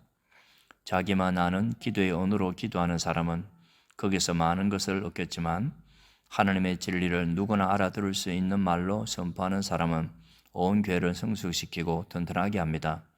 나는 여러분 모두가 기도로 하나님과의 사귐을 발전시키기를 바랍니다. 그러나 거기서 멈추지는 마십시오. 다른 사람들을 찾아가서 하나님의 분명한 진리를 선포하십시오. 여러분이 말하는 것을 모든 사람의 유익을 위해 통역해주는 사람이 없다면 비밀한 기도의 언어로 하나님의 임재를 경험하고 구하기보다는 모든 사람이 알아들을 수 있는 언어로 하나님을 아는 지식과 그분의 사랑에 접근할 수 있게 하는 것이 더 중요합니다. 친구 여러분 생각해 보십시오. 내가 여러분에게 가서 하나님만 알아들을 수 있는 말로 그분께 비밀히 기도한다면 여러분에게 무슨 유익이 있겠습니까? 내가 어떤 통찰이나 진리나 선포나 가르침이 있더라도 누구나 알아들을 수 있는 말로 전하지 않으면 여러분에게 무슨 도움이 되겠습니까? 가령 플루트나 하프 같은 악기들이 각각 독특한 음색으로 조화를 이루며 연주되지 않는다면 우리가 어떻게 선율을 알아듣고 음악을 즐기겠습니까? 나팔 소리가 다른 악기 소리와 구분되지 않는다면 어떻게 전투 개시를 알릴 수 있겠습니까? 여러분이 아무도 알아듣지 못하게 말한다면 여러분의 입을 여는 것이 무슨 소용이 있겠습니까? 이 세상에는 수많은 언어가 있고 그 언어들은 저마다 누군가에게 뜻을 가지고 있습니다. 그러나 내가 그 언어를 알아듣지 못하면 그 언어는 내게 유익한 것이 아닙니다. 여러분의 경우도 다르지 않습니다. 여러분은 하나님 하시는 일에는 열심히 참여하려고 하면서 어찌하여 교회 안의 모든 이들에게 도움이 되는 일에는 주의를 기울이지 않는 것입니까? 자기만 아는 기도의 언어로 기도할 때에는 그 경험을 혼자서만 간직하지 마십시오. 다른 사람들을 그러한 사귐으로 이끄는 안목과 능력을 구하십시오. 내가 방언으로 기도하면 내 영은 기도하겠지만 내 이성은 할 일 없이 놀 것이고 지성도 그만큼 약화될 것입니다. 그러면 무엇이 해결책이겠습니까? 답은 너무나 간단합니다. 둘 다 하십시오. 나라면 영적으로 자유롭고 풍성하게 기도하면서 동시에 신중하고 주의 있게 기도하겠습니다. 영으로도 찬양하고 지성으로도 찬양하겠습니다. 여러분이 아무도 알아듣지 못하는 기도의 언어로 축복한다면 교회에 갓 들어와 무슨 일인지 알지 못하는 사람이 언제 아멘해야 할지 모를 것입니다. 여러분의 축복 기도는 더할 나위 없이 훌륭하겠지만 여러분은 그 사람을 아주 무시한 것이나 다름없습니다. 나는 우리에게 방언 기도라는 선물을 주셔서 그분을 찬양하게 하신 하나님께 감사드립니다. 그로 인해 우리는 그분과 놀라운 사귐을 갖게 되었습니다. 나는 여러분 가운데 누구보다도 방언 기도를 많이 합니다. 그러나 나는 사람들이 예배하러 모인 교회 안에 있을 때는 다른 사람들에게 횡설수설로 들릴 1만 마디 말을 하는 것보다 누구나 알아듣고 배울 수 있는 5마디 말을 하고 싶습니다. 아주 솔직히 말씀드리면 나는 여러분이 어린아이처럼 생각하는 것에 화가 납니다. 얼마나 더 있어야 여러분이 자라서 어른스럽게 생각하겠습니까? 어린아이처럼 악에 대해서는 잘 몰라도 괜찮습니다. 그럴 경우에는 그저 안 돼라고 말할 줄만 하면 됩니다. 그러나 무언가에 대해 이해하고 말하려면 그 이상의 것이 필요합니다. 성숙하고 잘 훈련된 지성만이 여러분이 속임수에 빠지지 않도록 지켜줄 수 있습니다.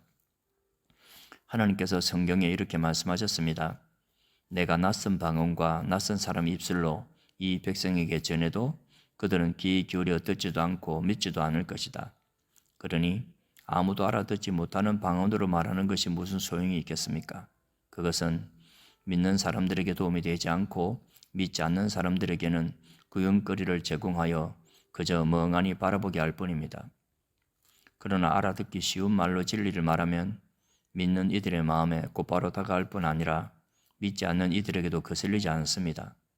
여러분이 교회에 모여 있고 믿지 않는 사람들도 들어와 있는데 때마침 여러분이 알아들을 수 없는 방언으로 기도하고 있다면 그들이 듣다가 여러분이 미쳤다고 생각하고 서둘러 거기서 빠져나가지 않겠습니까? 그러나 믿지 않는 사람들 몇 명이 우연히 교회에 들어왔는데 여러분이 하나님의 진리를 알아듣기 쉽게 명확히 말하고 있다면 그들이 여러분의 말을 듣다가 진리를 접하고 자기 마음을 살피게 될 것입니다. 어느새 그들은 하나님 앞에 엎드려 하나님께서 여러분 가운데 계심을 인정하게 될 것입니다. 나는 여러분이 이렇게 하면 좋겠습니다.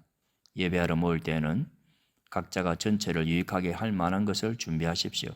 찬송을 부르거나 가르치거나 이야기를 해주거나 기도를 인도하거나 영적으로 깨달은 것을 나누십시오. 방언으로 기도할 때는 2-3사람까지만 하되 그것도 여러분의 말을 통역할 사람이 있을 때에만 하십시오. 통역할 사람이 없거든 하나님과 여러분 사이에서만 하십시오. 모임에서는 2-3사람 정도만 말하고 나머지는 귀 기울여 듣고 마음에 새기십시오. 한 사람이 독차지하지 말고 자리를 지켜 말하십시오. 그리고 말하는 사람은 각자 기회를 얻어 하나님으로부터 받은 특별한 것을 말하십시오. 그러면 여러분 모두가 서로에게 배우게 될 것입니다. 말하기로 한 사람은 말하는 방식과 시간까지 책임지십시오. 우리가 바르게 예배하면 하나님은 우리를 무질서에 빠뜨리지 않으십니다. 하나님은 우리를 조화로 이끄십니다. 이것은 모든 교회 예외 없이 해당하는 사항입니다.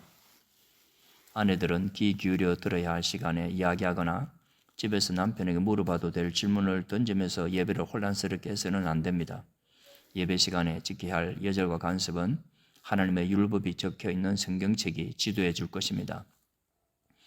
아내들은 예배 시간을 이용해 자기가 하고 싶은 말을 하려고 해서는 안 됩니다.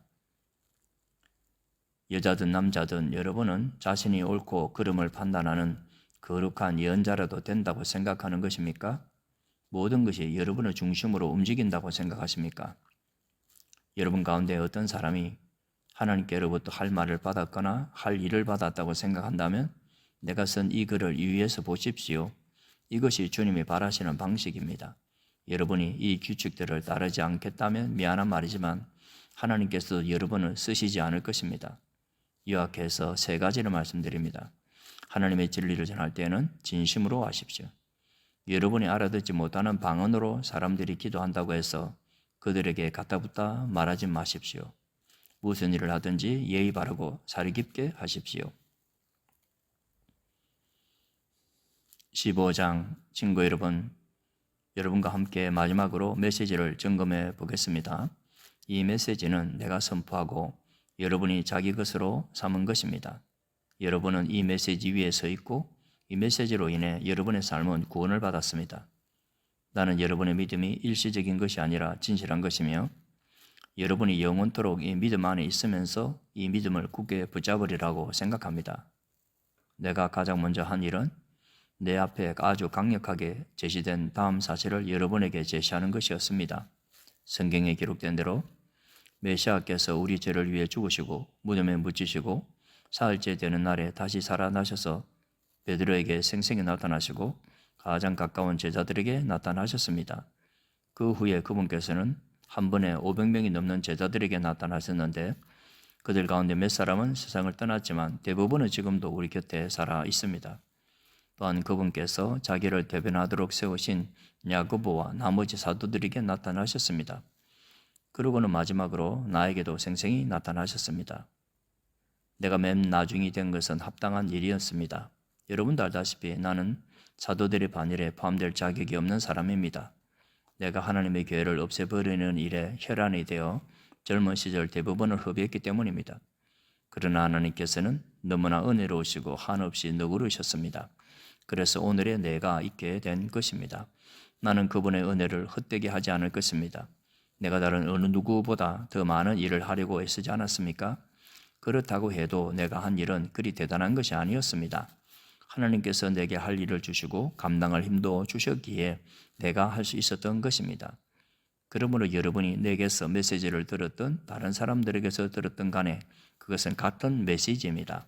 나나 그들이나 하나님의 진리를 전했고 여러분은 여러분의 삶을 맡겼습니다. 이제 나는 여러분에게 의미심장하면서도 어려운 질문을 던지려고 합니다. 여러분은 우리가 선포한 사실, 그리스도께서 죽은 자들 가운데서 다시 살아나셨다는 사실을 믿어서 신자가 된 것인데 사람들이 부활 같은 것은 없다고 말하도록 내버려 두다니 어찌된 일입니까? 부활이 없다면 그리스도께서 살아나는 일도 없었을 것입니다. 그리스도의 부활이 없다면 우리가 여러분에게 전한 모든 것은 교묘한 속임수가 되고 여러분의 목숨을 걸고 붙잡은 모든 것도 교묘한 속임수가 되고 말 것입니다. 뿐만 아니라 부활이 없다면 우리는 하나님에 대해 뻔뻔한 거짓말을 늘어놓는 죄를 범한 셈이 되고 하나님께서 그리스도를 다시 살리셨다고 증언한 우리의 진술도 순전히 거짓말이 되고 말 것입니다. 죽은 자들이 다시 살아나는 일이 없다면 그리스도께서 다시 살아나는 일도 없었을 것입니다. 그분은 실제로 죽으셨기 때문입니다. 그리고 그리스도께서 다시 살아나지 않으셨다면 여러분도 지금도 예전처럼 어둠 속에서 길을 잃고 헤매고 있을 것입니다. 그것은 그리스도와 부활을 신뢰하며 죽은 이들에게 훨씬 불행한 일이 되었을 것입니다. 그들은 이미 무덤 속에 누워 있으니 말입니다. 우리가 그리스도에게서 얻는 것이 이 땅에서 잠시 사는 동안 누리는 작은 감동의 전부라면 우리야말로 정말 가여운 사람들일 것입니다. 그러나 진실은 이렇습니다. 그리스도께서 다시 살아나셔서 장차 무덤을 떠나 수많은 사람들의 첫 유산이 되신 것입니다. 이것과 관련해 적절한 예를 들어보겠습니다. 처음에 죽음이 한 사람을 통해서 왔고 부활도 한 사람을 통해서 왔습니다. 아담 안에서 모든 사람이 죽은 것과 같이 그리스도 안에서 모든 사람이 살아납니다. 그러나 우리는 순서를 기다려야 합니다. 그리스도가 먼저이고 그 다음은 그리스도께서 다시 오시는 날에 그분과 함께하는 사람들입니다. 그리스도께서 다시 오시는 때는 장정한 완성의 때일 텐데 그때가 되면 그리스도께서 반대 세력을 무너뜨리고 그의 나라를 하나님 아버지께 넘겨드릴 것입니다. 그분께서는 마지막 원수가 쓰러질 때까지 멈추지 않으실 것입니다. 그 마지막 원수는 다름 아닌 죽음입니다.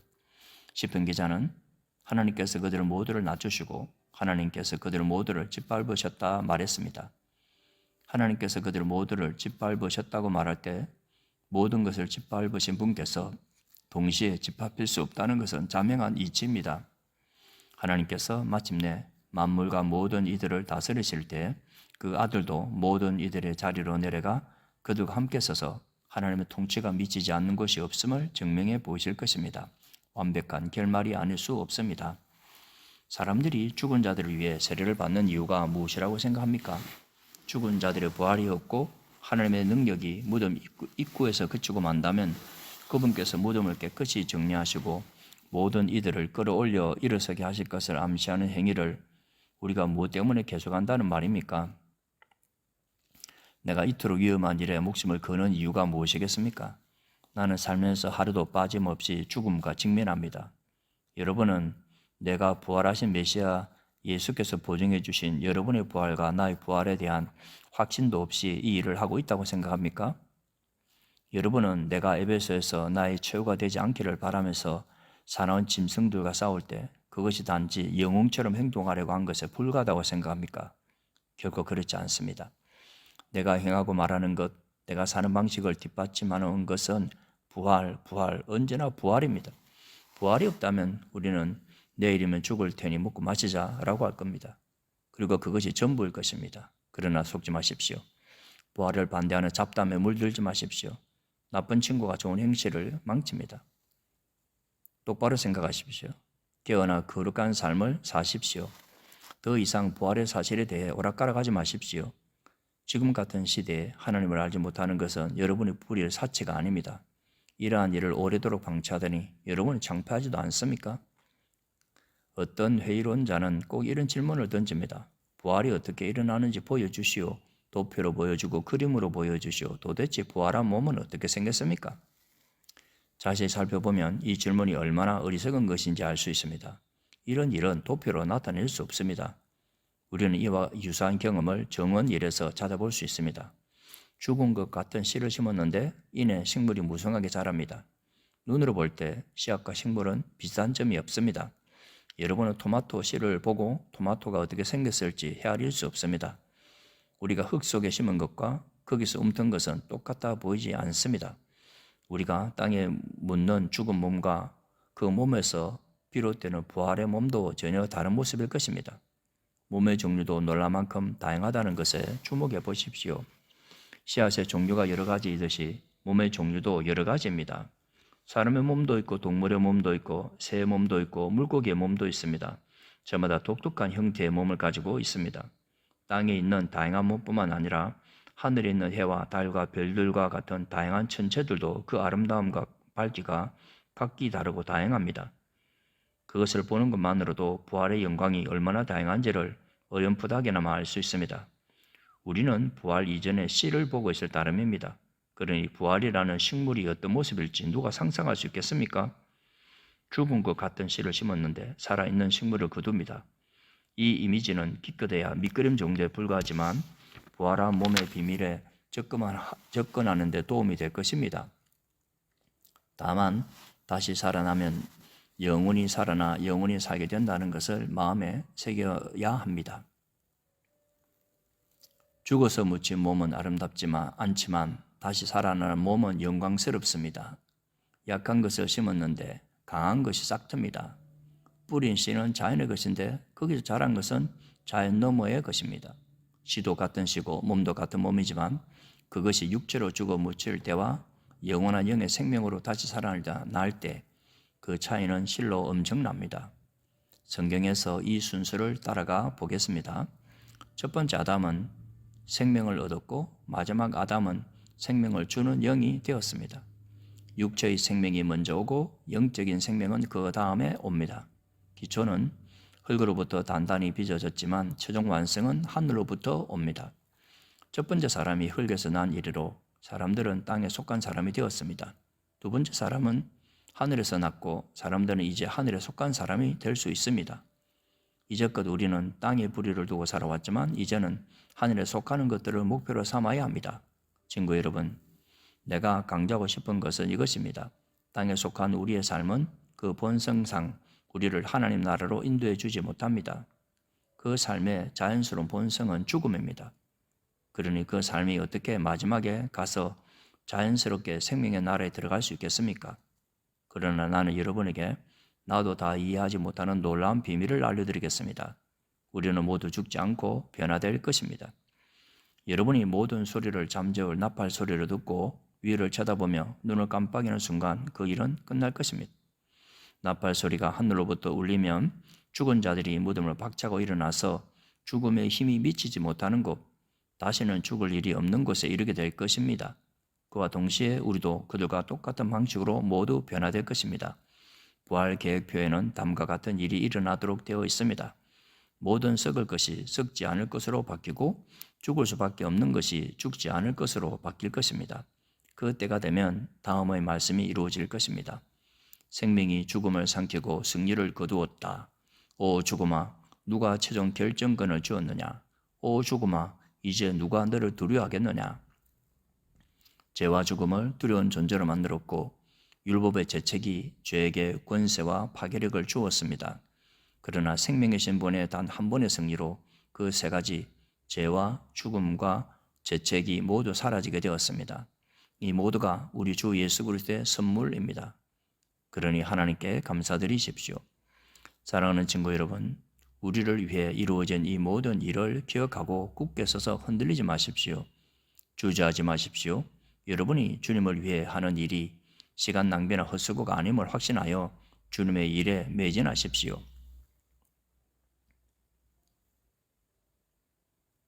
16장 여러분이 가난한 그리스도인들을 위해 모으고 있는 구제 헌금과 관련해서 나는 갈라디아에 있는 여러 교회에 내린 것과 똑같은 지시를 여러분에게도 내립니다.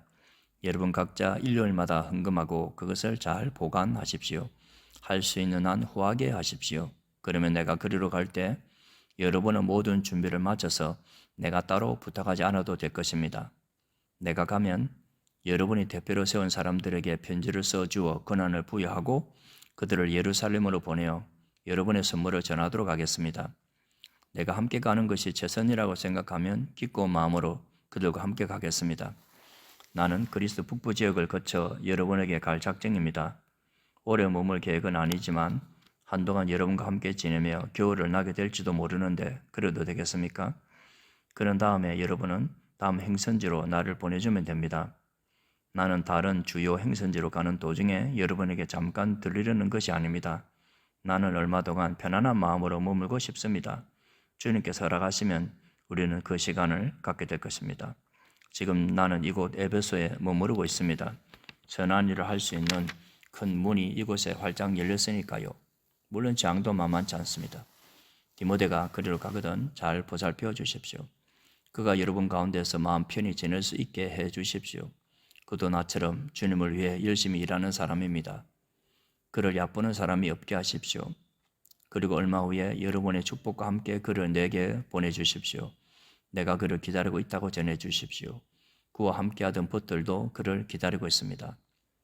우리의 벗 아볼로에 관해서 말씀드리면 나는 그가 여러분을 방문할 수 있게 하려고 최선을 다했습니다. 그러나 아직 그를 설득하지 못했습니다.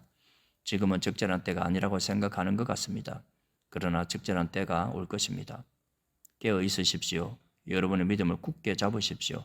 전력을 다하십시오. 확고해지십시오. 쉬지 말고 사랑하십시오. 친구 여러분, 나의 부탁을 들어주기 바랍니다. 스데바나 가족에게 특별한 관심을 기울여 주십시오. 여러분도 알다시피 그들은 그리스에서 얻은 첫 번째 회심자들입니다. 회심 이후로 그들은 그리스도인들을 섬기는 일에 헌신해 왔습니다. 나는 여러분이 이런 사람들을 존중하고 존경하기를 바랍니다. 그들은 바람직한 일이 무엇이며 그 일을 어떻게 해야 하는지를 보여주는 동료요 일꾼입니다. 나는 스데바나와 부드나도와 아거이고가 나와 함께 있게 되어 얼마나 기쁜지 모릅니다. 그들이 내가 여러분과 함께하지 못해 아쉬워하는 마음을 어느 정도 채워주고 있습니다. 그들이 여러분과 나 사이에 소식을 전해주어 내 기운을 북돋아 주었습니다. 이런 사람들이 여러분 가운데 있음을 자랑으로 여기십시오. 이곳 서아시아에 있는 교회들이 여러분에게 안부를 전합니다. 아글라와 브리스길라 그리고 그들의 집에 모이는 교회가 안부를 전합니다. 이곳에 있는 모든 벗들이 안부를 전합니다. 거룩한 포옹으로 주위의 안부를 전해 주십시오. 나 바울이 친필로 안부를 전합니다. 누구든지 주님을 사랑하지 않는 사람이 있으면 그를 내쫓으십시오. 주님을 위한 자리를 마련해 두십시오. 우리 주 예수께서 여러분에게 두 팔을 활짝 벌리고 계십니다. 나는 메시아이신 예수 안에서 여러분 모두를 사랑합니다.